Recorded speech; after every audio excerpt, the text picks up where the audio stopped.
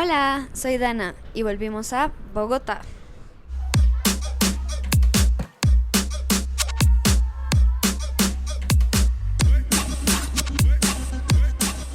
Después de un largo recorrido por partes de Colombia, llegamos nuevamente a Bogotá. Una ciudad llena de contrastes, de desafíos y de oportunidades. Pero, ¿qué significa realmente hablar de desarrollo en una ciudad como esta? Veamos. Aquí se materializan las tensiones del desarrollismo. Por un lado, el crecimiento económico frente a la equidad y por el otro, el progreso tecnológico frente a la exclusión social. La ciudad es el centro financiero y político del país, pero también es un espacio donde las desigualdades son palpables. Según la CEPAL y el FMI, las políticas de desarrollo usualmente priorizan indicadores económicos, dejando rezagadas dimensiones humanas y sociales. En Bogotá, la urbanización acelerada ha generado profundas brechas. Mientras algunas zonas avanzan con proyectos tecnológicos e infraestructura, otras, como las periferias, luchan con carencias básicas como agua potable y acceso a vivienda. Esto nos lleva a cuestionar quiénes se benefician realmente del desarrollo. Bogotá es un espejo de los dilemas del desarrollo. Por un lado, vemos inversiones en transporte masivo, como el Transmilenio, y la primera línea del metro. Por otro, estas mismas iniciativas a menudo ignoran las voces de las comunidades más vulnerables.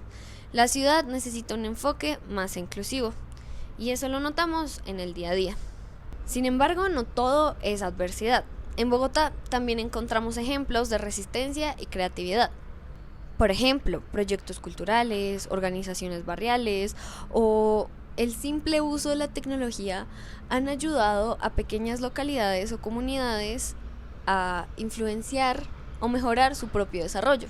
Como nos muestra Arturo Escobar, el desarrollo debe partir de las realidades locales, valorando así la diversidad cultural y social en vez de imponer un modelo único. La capital también nos invita a reflexionar sobre el papel de las grandes ciudades en la construcción de un futuro sostenible.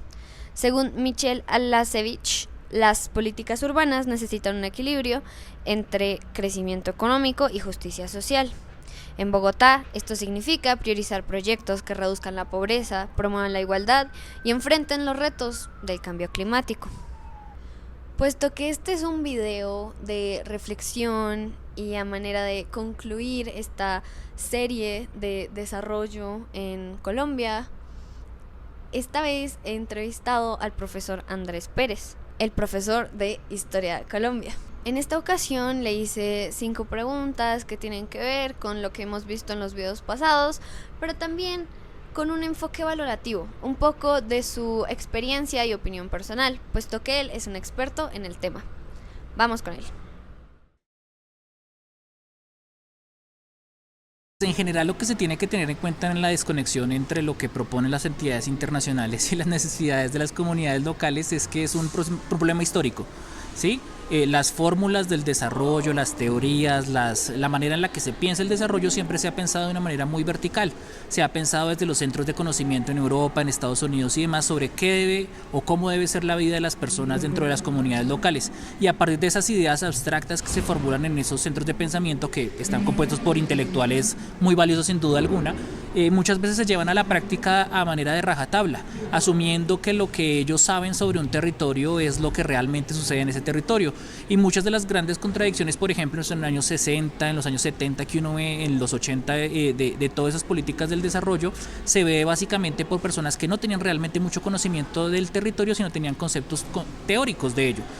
Y eso tiene un impacto muy fuerte porque en general hace que todos los sectores se sientan decepcionados frente a cualquier tipo de intervención que se suceda.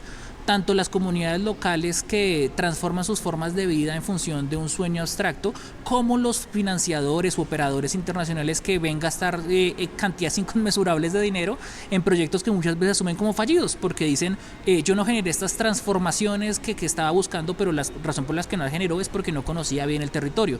Y muchas veces las comunidades terminan en sus dinámicas locales totalmente transformadas por esas intervenciones, pero transformadas de manera que no es agradable para ellos. Digamos, pongámoslo solamente sobre el terreno de la introducción de una cosa como la electricidad, que desde la manera en la que uno piensa el desarrollo puede decir qué cosa más agradable o qué cosa más importante que se introduzca la electricidad. El impacto que esas dinámicas o que los efectos que puede tener son incalculables, son muy difíciles de calcular desde lo que siempre han sido como los centros intelectuales de conocimiento. Entonces digamos que esa desconexión es un proceso histórico bastante sostenido que se da por la ignorancia regularmente del lugar en el que se va a intervenir, pero es una cosa sobre que en realidad sigue funcionando, no es que haya cambiado demasiado en la actualidad. La idea de la tecnología como el garante del mayor digamos, de efectividad de las políticas del desarrollo o que, digamos, que es un problema tecnológico y no conceptual o digamos, no un problema teórico de interpretación o de relaciones de poder es, digamos, hace parte como de esa fantasía de la idea de la razón por la que fracasan los proyectos de desarrollo, de modernización en los países del tercer mundo es un problema tecnológico, ¿no? Es un problema de que no tenemos suficiente tecnología para implementar o que no tenemos la técnica adecuada para implementar o que no tenemos este tipo particular de conocimiento. Entonces, realmente yo no siento que sea un problema de tecnología, un problema de instrumentos para implementar una política, sino es un problema más es de interpretación de la realidad por parte de las personas que idean estos modelos y que idean la manera en la que otras personas en otros territorios deberían vivir. Muchas veces ni siquiera se tienen en cuenta los factores más básicos de cuáles son las necesidades más básicas, ni siquiera a veces es interesante ver todos estos proyectos donde se trata de llevar tecnología a las comunidades, ¿no? Llevarles computadores, llevarles tablets, llevarles todo este conjunto de instrumentos tecnológicos pensando que el problema puede ser ese y el problema tal vez es simplemente el acceso al agua, tan sencillo como eso, o la restricción que haya sobre un uso particular de un territorio, no es un problema tecnológico. Yo creo que el gran problema es continuar pensando que los desafíos del desarrollo, del bienestar material de las personas se cimentan en la carencia de una tecnología o la carencia de un instrumento y no en un problema más conceptual y teórico de cuestionarnos el horizonte de expectativas, por ejemplo, del sistema capitalista. Creo que ahí donde radica, pero ese sería un desafío un poco difícil de pedirle a las instituciones internacionales que se hagan ese tipo de cuestionamientos. El papel de las comunidades pues debería ser digamos prioritario, o la intervención o el diálogo con las comunidades debería ser prioritario, pero también es por lo menos a mí me parece muy peligroso verlo, digamos, en un exceso, y sé que puede sonar un poquito rudo, de exceso de victimización hacia las comunidades y lo que ha sido la historia del desarrollo, ¿sí? Porque hay muy buenos estudios y yo creo que hay forma de verlo de otra manera, y es ver la capacidad que han tenido las comunidades de convertirse en agentes activos de los procesos de desarrollo de sus territorios, incluso en contra de los deseos de las organizaciones internacionales, de los gobiernos y de muchos actores internacionales, ¿sí? Que tratan de imponer un cierto modelo de desarrollo, ignorando a las comunidades, pero las comunidades siempre encuentran la manera de darle la vuelta a las cosas, de aprovecharse de muchas circunstancias que son inesperadas o de resultados no previstos de estos procesos de desarrollo. Entonces siempre es interesante pensar que las comunidades no son agentes pasivos o son compilados de piedra que pueden ser manipulados por, no sé, USAID o por estas organizaciones, sino a veces es mucho más enriquecedor desde el campo de las ciencias sociales incluso darse cuenta de las sutilezas y de las estrategias que utilizan desde las comunidades, muchas veces para aprovecharse de esos pensamientos de los centros de intelectuales de poder y demás, que piensan que están haciendo una cosa cuando está sucediendo otra cosa en el terreno, y muchas veces eso que sucede en el terreno tiene que ver todo con la capacidad que tienen las comunidades de movilizar recursos, intereses y demás. Entonces digamos que desde el punto de vista teórico deberían ser los actores principales. En la práctica, muchas veces cuando las cosas vienen de arriba hacia abajo, se ignora por completo a las comunidades y les trata de imponer una cosa, pero en la práctica esas organizaciones terminan dándose cuenta que las comunidades son quienes rigen mucho de esos procesos de implementación. El desafío ético dependería desde qué punto de vista se le está viendo. Yo creo que, a mi modo de ver, el mayor problema del desafío ético es en qué punto quienes están operando estas políticas del desarrollo que pueden tener las mejores intenciones del mundo, ¿sí? Pueden tener las mejores intenciones de generar desarrollos y bienestar material dentro de las comunidades y para las personas en los territorios rurales, que me parece algo que es muy chévere en el sector del desarrollo, de paz y demás, se ve mucho eso, pero yo creo que una de las cuestiones que deberían calcular cuestionarse muchas de estas organizaciones y personas que trabajan en estos campos es pensar si al introducir ciertas dinámicas, digamos, de pensamiento, de concepción del sistema económico capitalista dentro de las comunidades rurales y muchas comunidades étnicas, se está transformando la esencia de muchos de sus procesos. ¿Por qué digo esto? Porque muchas veces la solución desde el desarrollo que hay hacia los procesos productivos en las comunidades es vamos a tecnificarlos y vamos a convertirlos a generar un mercado para sus productos para que ustedes puedan comercializarlos, y entonces todos ustedes se unen en una cooperativa y venden tal producto y se los podemos hacer comercializar en Estados Unidos, que en principio uno dice buenísimo porque va a generar desarrollo económico a una región, pero muy pocas veces se consideran los impactos que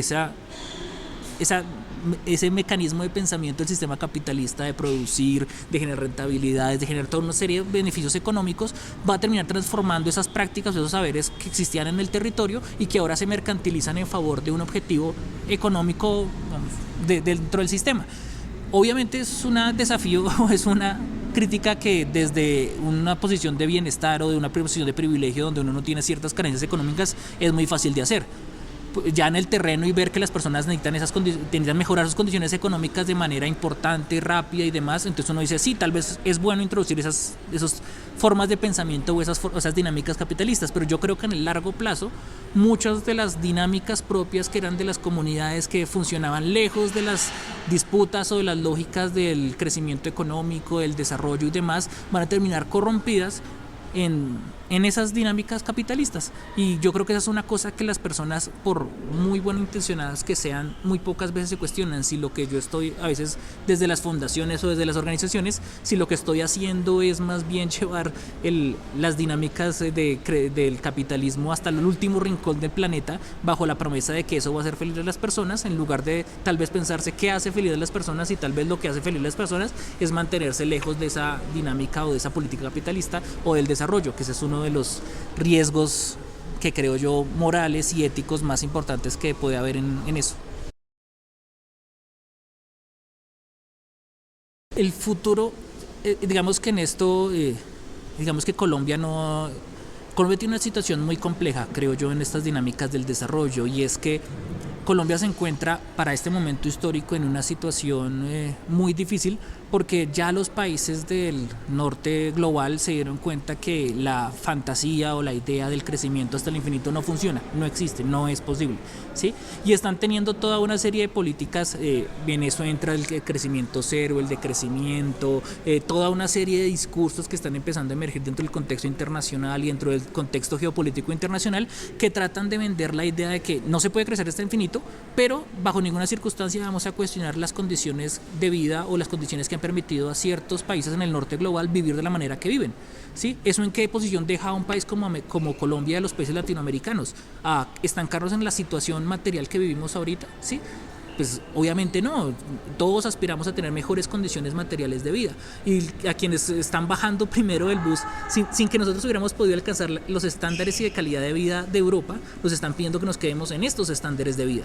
Vender eso en el contexto colombiano es muy difícil, o sea, la gente quiere vivir mejor y quiere vivir en mejores condiciones. Entonces, ¿cómo hace Colombia para sobrevivir en un contexto donde el mundo capitalista, digamos, del norte global le está diciendo no podemos crecer, pero queremos mantener nuestros privilegios, y le están diciendo entonces al sur global no crezca y manténgase donde está? Entonces, por ejemplo, con la discusión que hay ahorita sobre los combustibles fósiles, Colombia tiene que dejar de vivir de los combustibles fósiles, pero es que los combustibles fósiles son los que garantizan la posibilidad del Estado de generar políticas de bienestar en las comunidades y en los territorios para su desarrollo económico y mayor bienestar económico y social para las personas. Si usted nos quita eso, va a ser muy difícil que el Estado colombiano, que la sociedad colombiana pueda mejorar las condiciones de vida de las personas, ¿sí? Pero no estamos cuestionando a nosotros como productores de hidrocarburos y no a los países del norte global como grandes consumidores. Entonces, creo yo que el futuro del desarrollo y sobre todo en el caso colombiano, es muy difícil porque estamos ensanduchados en una condición en la que no somos actores particularmente poderosos dentro del sistema, pero al mismo tiempo se nos exigen unas condiciones que van a ser muy difícil mejorar las condiciones materiales de vida de todos los colombianos. Digamos, y pensémoslo no solamente en el mundo rural, sino también en el mundo urbano, ¿sí? En el mundo urbano, la posibilidad de tener cosas tan básicas como un sistema de salud funcional y que le sirva a las personas requiere de una inversión estatal, va a requerir de una inversión estatal muy fuerte que tiene que salir de algún lugar. ¿Y de dónde está saliendo ahorita? De los recursos de los combustibles fósiles. Entonces renunciemos a eso y bueno, ¿y cómo financiamos el sistema de salud? Entonces creo que el futuro es un poquito oscuro o difícil si no tenemos presente cómo podemos lograr hacer una transición donde todos seamos conscientes de que quién está hablando desde qué ciertos privilegios y desde qué situación política y económica particular. En conclusión, Bogotá es un microcosmos de desafíos para el desarrollo en Colombia. En esta ciudad, como en el resto del país, el progreso, el desarrollo, realmente dependerá de nuestra capacidad de escuchar a todas las voces, pero no solo de escuchar, sino también de actuar. Esto para priorizar nuestro bienestar y construir realmente un desarrollo que sea para todos. Frente a esta serie de videos, creo que quedan muchas preguntas más que respuestas y creo que también nos da el espacio de reflexionar para saber cómo podríamos contribuir al desarrollo no del país, sino de nuestras comunidades, de nuestra localidad, hasta desde nuestra misma casa.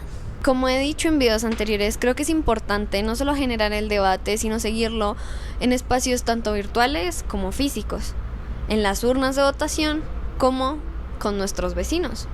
Así pues, doy por concluida esta serie de videos que trataban sobre el desarrollo en Colombia, donde dimos un paseo de diferentes perspectivas y por fin llegamos a Bogotá. Esto es solo el inicio y es una invitación para que ustedes puedan seguir contribuyendo desde donde sepan, desde su conocimiento y desde su mismo lugar. Los invito no solamente a generar estos debates, sino a discutirlo con sus amigos y familia. Y finalmente, solo queda una pregunta de mi parte. ¿Tú cómo crees que deban cambiar o aportar las grandes ciudades para el desarrollo del país? ¿Cómo podrías tú aportar a ello? Gracias por ver. ¡Chao!